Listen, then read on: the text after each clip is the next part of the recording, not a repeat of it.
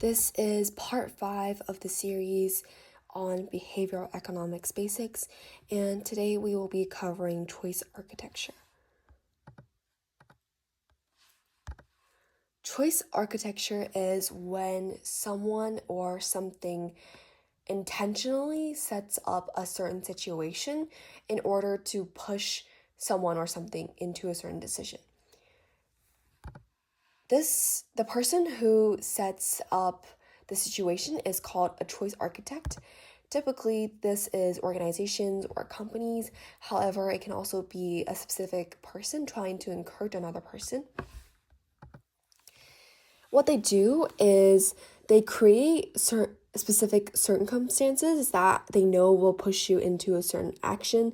And this is kind of borderline manipulation, which is why it's a very controversial topic.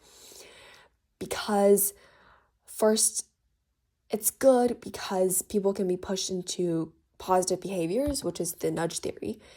But it can also be for the benefits of the choice architect rather than the person who is being pushed into the decision. So it might not necessarily be a good thing because they're manipulated into the benefits of the choice architect. The nudge theory is when people can be pushed into making positive choices. And this isn't necessarily manipulation because it still maintains the freedom of choice for people. And they can still choose other options, but we're just nudging them towards something that's meant to benefit their well-being and best interests. Even though this was meant to help people make better choices, it gradually evolved to companies nudging others for their own interests.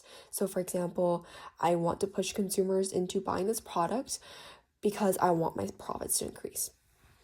That's not necessarily a good thing for the consumer because they're just spending extra money, but it's a good thing for the choice architect.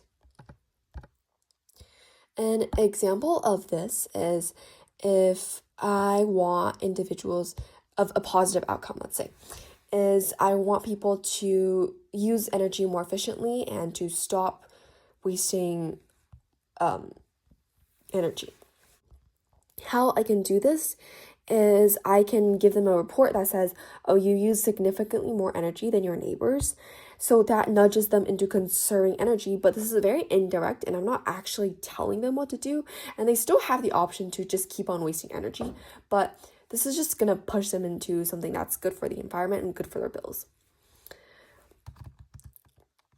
However, a more common example of this is typically you see limited time deals, and that's when companies try to push use the loss aversion technique to kind of push someone into saying, oh, I don't want to miss out, and to push them into making the sale. That's it for today's video, and I'll see you in part 6.